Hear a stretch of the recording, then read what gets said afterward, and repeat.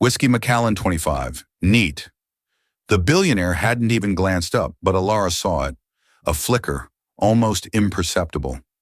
It was when her cheap cuff grazed his wrist, near the delicate silver ring mirroring the one her mother never took off. He stiffened. Didn't see her. Not really. It was the ring, identical to the one Mom always said felt like a missing piece. A past she couldn't grasp. Now eye-eyed, he finally looked up. 7 words, that's all it took. 7 words about her mother's ring, and Alistair Sterling, the man who owned half the city, would crumble. He doesn't know it yet, but her quiet kindness is about to blow his world apart, and she has no idea why, or the secrets about to surface. Whiskey Macallan 25. Neat. The billionaire hadn't even glanced up, but Alara saw it. A flicker, almost imperceptible. It was when her cheap cuff grazed his wrist, near the delicate silver ring mirroring the one her mother never took off. He stiffened. Didn't see her. Not really. It was the ring, identical to the one Mom always said felt like a missing piece. A past she couldn't grasp. Now eye-eyed, he finally looked up. 7 words, that's all it took. 7 words about her mother's ring, and Alistair Sterling, the man who owned half the city, would crumble. He doesn't know it yet, but her quiet kindness is about to blow his world apart, and she has no idea why, or the secrets about to surface. Lyell, perched high above Manhattan, was an ecosystem of hushed whispers and clinking crystal. For the city's elite, it was sanctuary. For Alara, a 20-year-old waitress, it was a gilded cage. 6 nights a week, she shed the anonymity of her queen's existence, the cramped apartment, the aroma of her mother's perpetually simmering cabbage, the soothing scent of lavender laundry soap, and donned the crisp black uniform of servitude.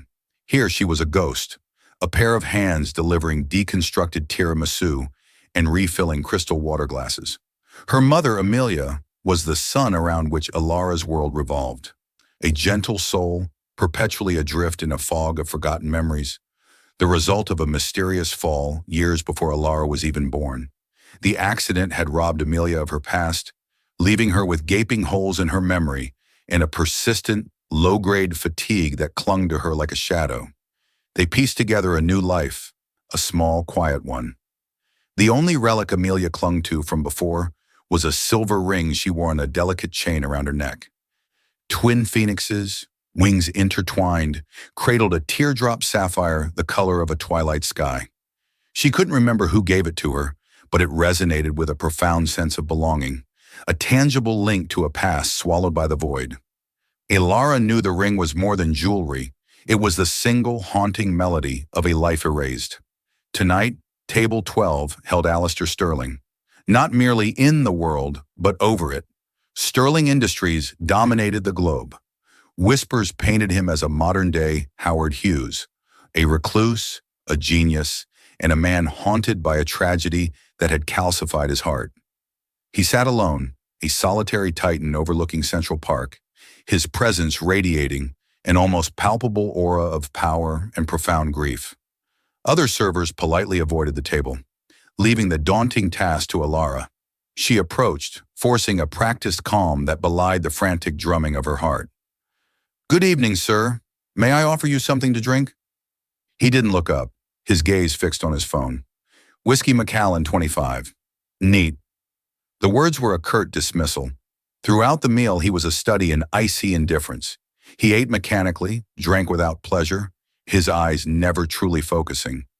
Alara felt invisible, simply a conduit for the overpriced delicacies gracing his table. As she carefully placed the deconstructed tiramisu before him, her hand trembled imperceptibly. The edge of her sleeve brushed against his wrist. He finally looked up.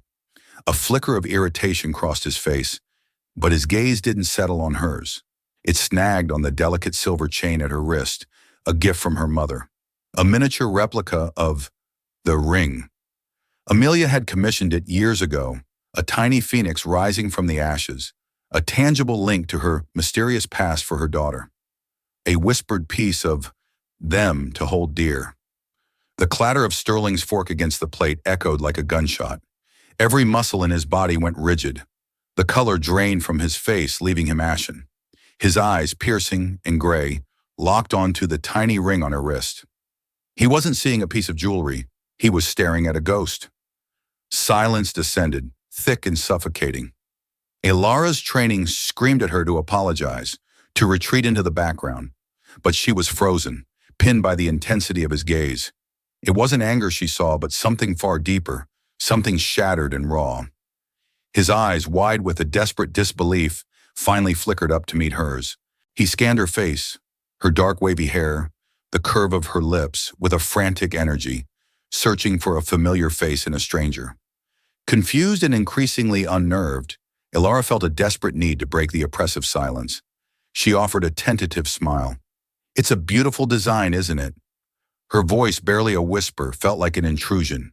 She gestured to the miniature phoenix at her wrist, wanting to connect, to humanize herself. The tiny phoenix is catching the light.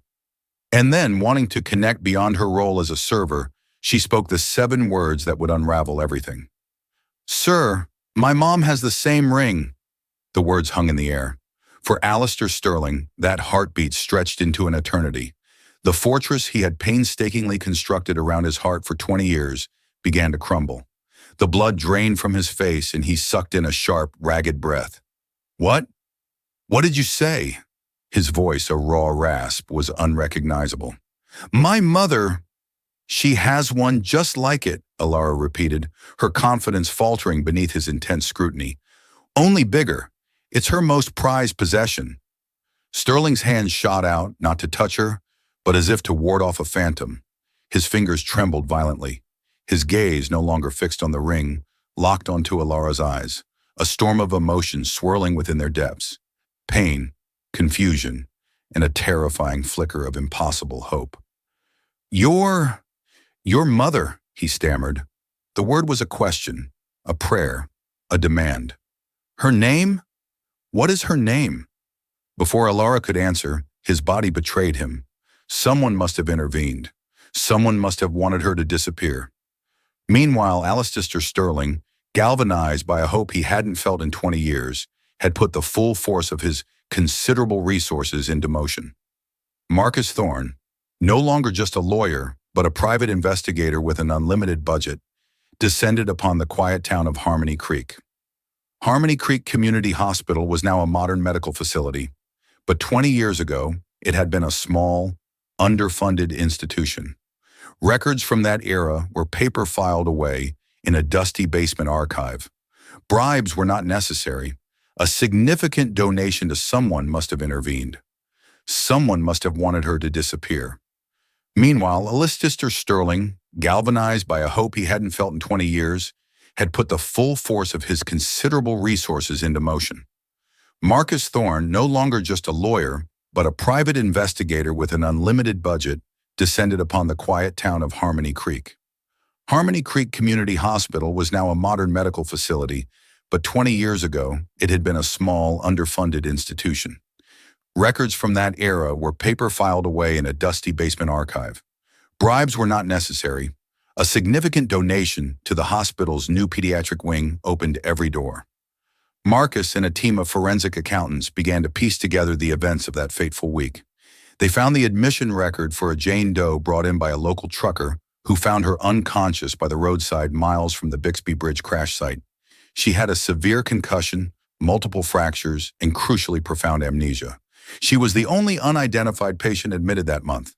The trail began to heat up when Marcus cross-referenced the hospital staff records with Alistair's personal and financial records from that year.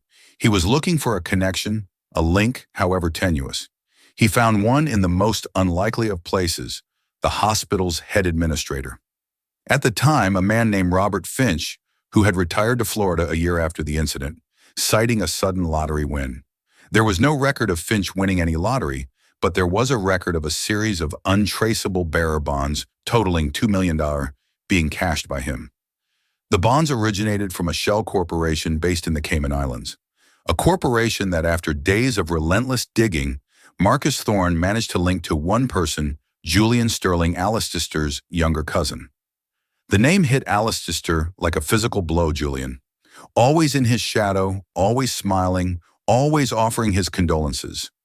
Julian had been the one to manage the family's affairs in the immediate aftermath of Leanna's death, shielding a grief-stricken Alistair from the grim practicalities.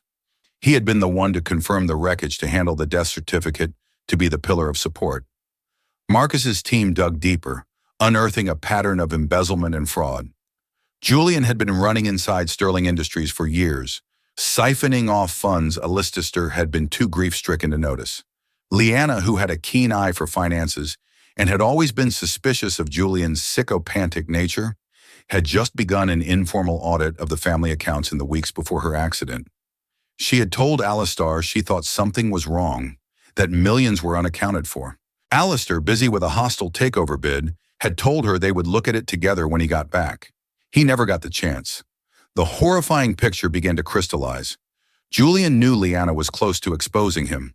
The car crash was a godsend. But what if it wasn't enough? What if she survived a call to the hospital, a confirmation that an unidentified woman from a crash had been admitted? It would have been a simple matter for Julian to drive up to Harmony Creek.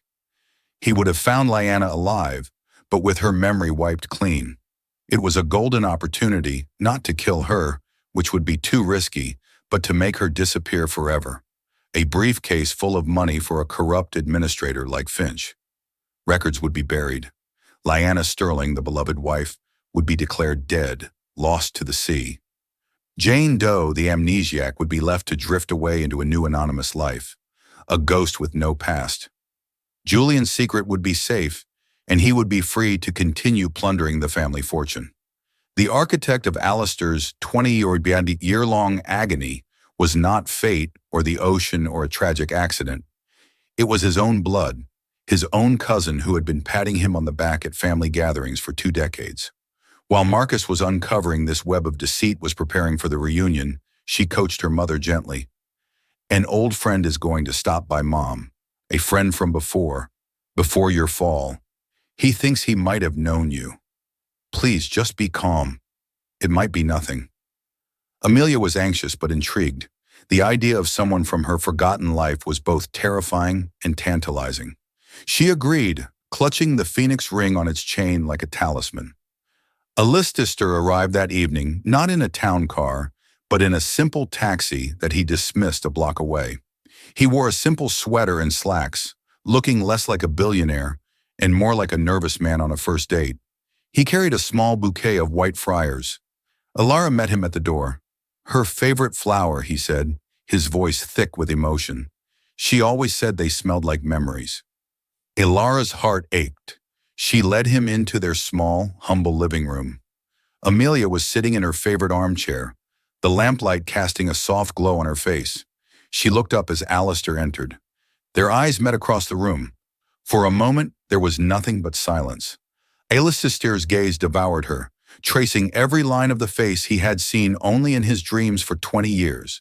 She was older, her hair threaded with silver, her eyes holding a sadness he didn't recognize. But it was her. It was his, Leanna. Amelia stared back at this handsome, grief-stricken stranger. She felt a strange pull, a flicker of something deep within the fog of her mind, a sense of familiarity so profound it scared her. Her hand went instinctively to the ring at her throat. Alistair saw the movement. He took a hesitant step forward. "Hello," he said, his voice a raw whisper. It's been a long time." The atmosphere in the small apartment was charged with a fragile, palpable tension. Amelia clutched the phoenix ring through her blouse, her knuckles white. She looked from the stranger's intensely emotional face to her daughter's worried one, and back again. "I'm sorry," Amelia said, her voice soft and hesitant. "Have we met before?" "You seem familiar," but she trailed off, a familiar frustration clouding her features. This was the story of her life. Faces in crowds, snippets of songs, scents on the breeze that all promised a memory that would dissolve like mist the moment she tried to grasp it. Alistair's heart broke and soared all at once. She didn't remember him, but she felt him. That was enough. It was everything. He followed Ara's rules, eyeing in the tidal wave of emotion that threatened to overwhelm him. "My name is Alistair," he said, taking another slow step into the room. He held out the bouquet of frizzes. "I was told you liked these." Amelia looked at the delicate white flowers, and a genuine surprised smile touched her lips. She took them, her fingers brushing his, and brought them to her nose, inhaling deeply. Her eyes closed for a fraction of a second. "They're beautiful," she murmured. "They smell like a summer afternoon by the water, a flicker of a memory so faint she couldn't be sure it was real." She looked up at him, her brow furrowed. "How did you know?" "A lucky guess." Alistair lied softly, his gaze never leaving her face. Ir brought a vase for the flowers, her movements quiet and deliberate, trying not to disturb the delicate balance of the moment. Alistair sat down on the worn sofa opposite Amelia's armchair, creating a space that felt both intimate and vast. He didn't push. He didn't demand. He simply began to talk. He spoke not of Leanna Sterling, the billionaire's wife, but of a young woman he once knew. He told stories of her stubborn spirit, her terrible singing voice that she insisted on sharing her love for old black and white movies, and the way she would laugh until she cried at the stupidest jokes. He talked about a trip to Italy, a disastrous attempt at making pasta from scratch that ended with flour covering every surface of the kitchen. He described a quiet evening on a beach in Caramel, watching the sunset, where he gave her a ring shaped like two phoenixes, promising her a love that would always be reborn from any hardship. With each story, he painted a portrait of the woman she had been. Alara watched her mother, her heart in her throat. Amelia was listening with rapt attention, her head tilted. She wasn't recoiling in fear or confusion. Instead, a strange sense of peace seemed to be settling over her. These stories told by this stranger felt more real to her than the 20 years of hazy, disconnected life she had lived as Amelia Vance. "That ring," Amelia whispered finally, looking down at her own hand, which was resting on her chest, holding the charm. "The man who gave it to her, he must have loved her very much more than life itself," Alistair said, his voice thick with unshed tears. "He still does." Suddenly, Amelia's eyes widened slightly.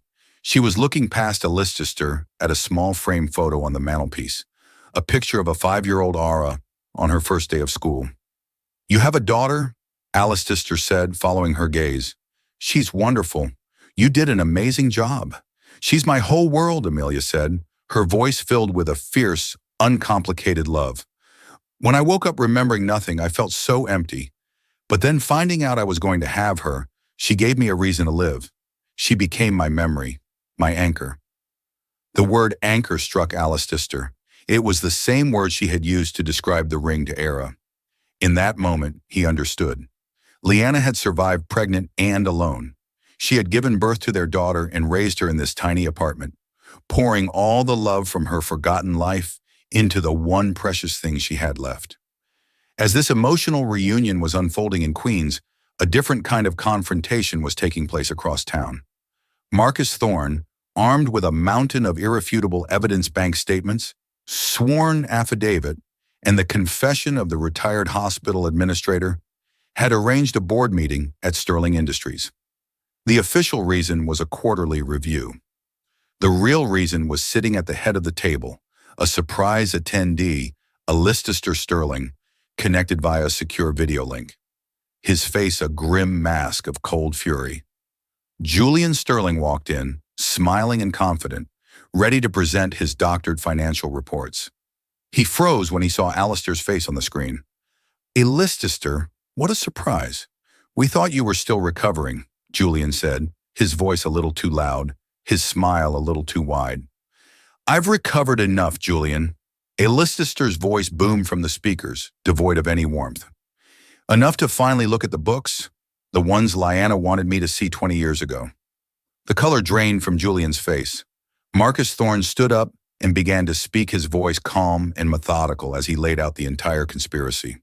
He spoke of the embezzled funds, the Shell Corporation, the bearer bonds, and then he delivered the final, devastating blow. "We have also uncovered a payment of $2 million to Robert Finch, former administrator of Harmony Creek Hospital, made the same week that a Jane Doe survivor of a car crash was admitted. A Jane Doe who, it turns out, was Leanna Sterling. You didn't just steal from this company, Mr. Sterling. You stole Alistair's wife. You stole a mother from her child. You buried a living woman under a mountain of lies. The boardroom was silent, save for Julian's ragged, panicked breathing. His carefully constructed world had just been demolished. There was nowhere to run, nowhere to hide. Security guards entered the room, their expressions grim. Julian Sterling, the architect of 2 decades of pain, was finished. Back in the small Queen's apartment, the story of Liana hung in the air, a beautiful, tragic ghost.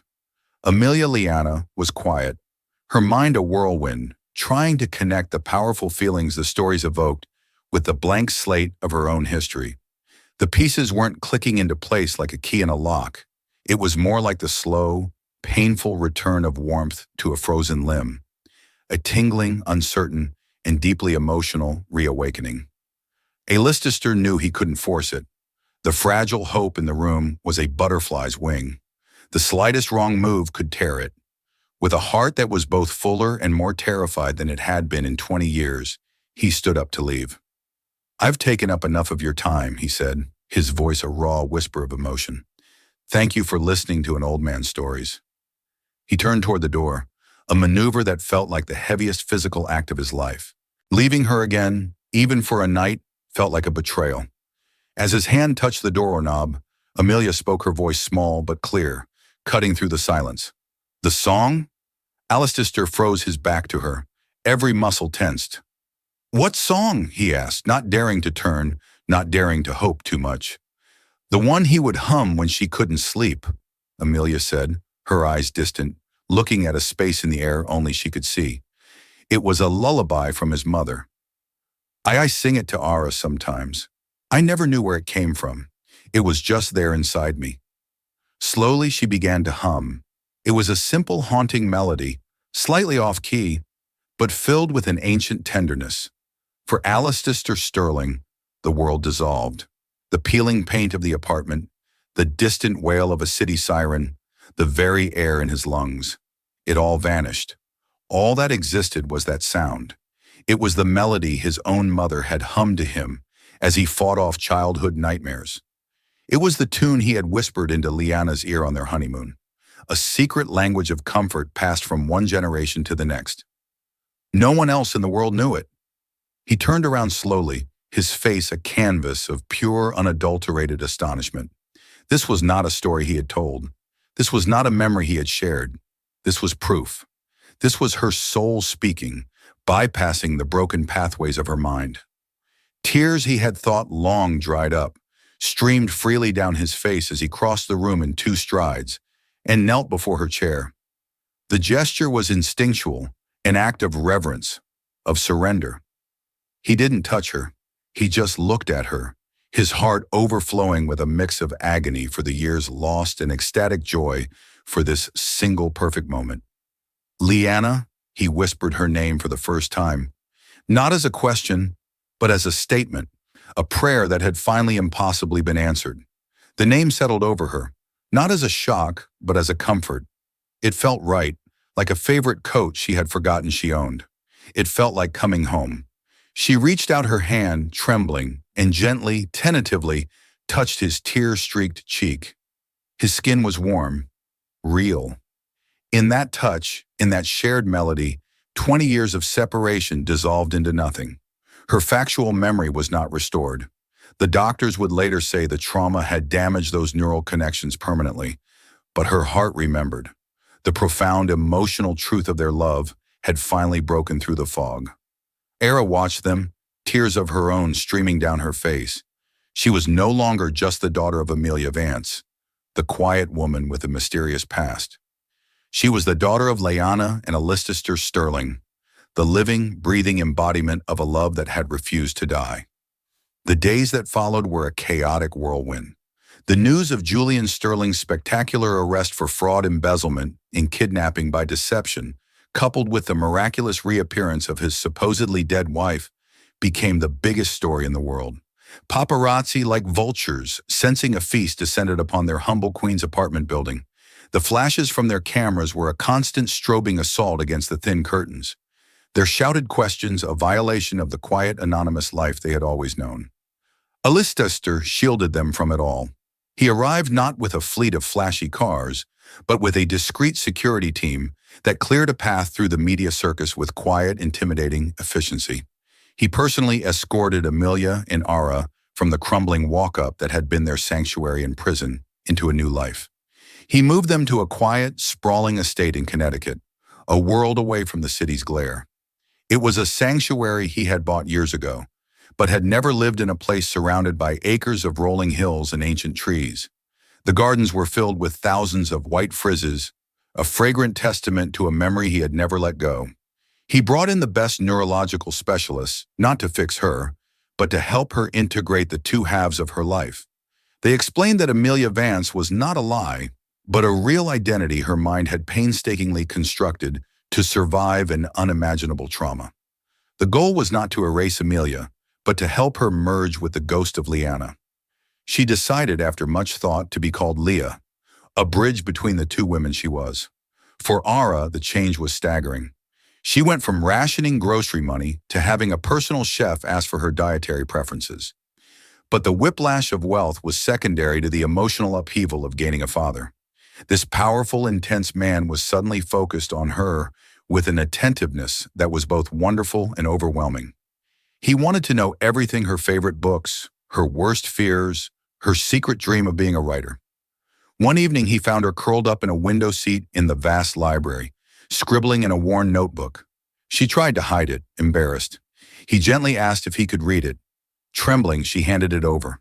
He sat for an hour reading her prose, his expression unreadable. Finally, he looked up, his eyes glistening. "You have your mother's soul," he said, his voice thick with emotion, "and a talent that is all your own. This is remarkable, Ara." It was the first time in her life that someone outside of her mother had seen her, truly seen her, and the validation was a balm to a part of her heart she didn't even know was wounded. Slowly, cautiously, they began to build a new family. They had quiet dinners, not in a cavernous dining hall, but in a cozy breakfast nook overlooking the gardens. Alistair, a man who had taken his meals alone for 20 years, now found himself laughing until his sides hurt at Alara's wry observations about their new life. Leah, no longer haunted by a past she couldn't grasp, blossomed. The haze in her eyes was replaced by a clear, bright serenity. She and Alistair would walk in the gardens for hours, not always talking, but simply relearning each other's presence, their hands clasped together. While this fragile new life was taking root, the final act of the old one played out. Julian Sterling's trial was swift. The evidence was insurmountable. He was sentenced to decades in prison, a fittingly quiet end for a man whose crimes had screamed across so many lives. Alistair attended only the sentencing. He felt no triumph, no satisfaction in his cousin's downfall. Looking at the broken, bitter man in the defendant's box, he felt only a profound sense of pity and waste. His justice was not in a courtroom. It was at home in the sound of his wife's laughter. One crisp autumn afternoon, a year to the day that Lara had served him dessert at Lielu, the three of them stood on a hill overlooking the estate. The trees were a riot of red and gold, and the air was clean and sharp. Alistair turned to the two women who were his world. "A year ago," he began, his voice steady, "I was a ghost haunting the ruins of my own life. I thought I had lost everything, but I was wrong. The best part of her was safe. The best part of her was with you, Alara." He looked at his daughter, his love for her shining in his eyes. "You were her anchor. You kept her soul safe until I could find my way back." He then turned to Leah, taking her hands in his. "And you, my love, you survived the unsurvivable. You built a life from nothing. You are the strongest person I have ever known." He reached into his pocket and pulled out a small velvet box. Inside wasn't a new piece of extravagant jewelry, but the original Phoenix ring, which Leah had given him to be professionally cleaned and repaired. He slid it from its chain, and for the second time in his life, placed it on her fourth finger. It fit perfectly. "For my wife," he said, "for Leanna and for Amelia, and for the amazing woman who is both." He then handed a small leather-bound book to Ara. It was her own collection of stories, the ones from her notebook, which he had had privately printed and bound. The title on the cover read, "The Phoenix's Daughter." Leah smiled, her eyes crinkling at the corners. She squeezed her daughter's hand and her husband's. "We found our way back to each other because of you, my love," she said to Ara. "A mother's love, a daughter's hope, and a ring that remembered even when I couldn't." Ara looked down at the tiny replica on her own wrist, then at the real one gleaming on her mother's hand. It had been a simple, innocent observation in a restaurant, the utterance of 7 small words, but it had been the key that unlocked the past, exposed a villain, and reunited a family. It had allowed a love buried under 20 years of lies and tragedy to finally, like the phoenixes carved into its silver band, rise from the ashes, stronger, wiser, and finally together. This is a story that reminds us that sometimes the most extraordinary destinies are hidden in the most ordinary of lives. A waitress, a billionaire, and a single unforgotten piece of jewelry. A testament to the fact that love and truth can echo through decades of silence. The bond between Alistair and Lyanna, and the daughter who unknowingly carried their legacy, proves that even when memories fade, the heart never truly forgets. It's a powerful reminder that we should never underestimate the small details, for a simple observation can sometimes unravel the greatest mysteries and lead to the most incredible miracles. If this story of love, loss, and reunion against all odds touched your heart, please show your support by hitting that like button and sharing it with someone who appreciates a story of hope. And don't forget to subscribe to our channel for more real-life dramas that will move you, inspire you, and restore your faith in the unbreakable bonds of family. Click the notification bell so you never miss a single incredible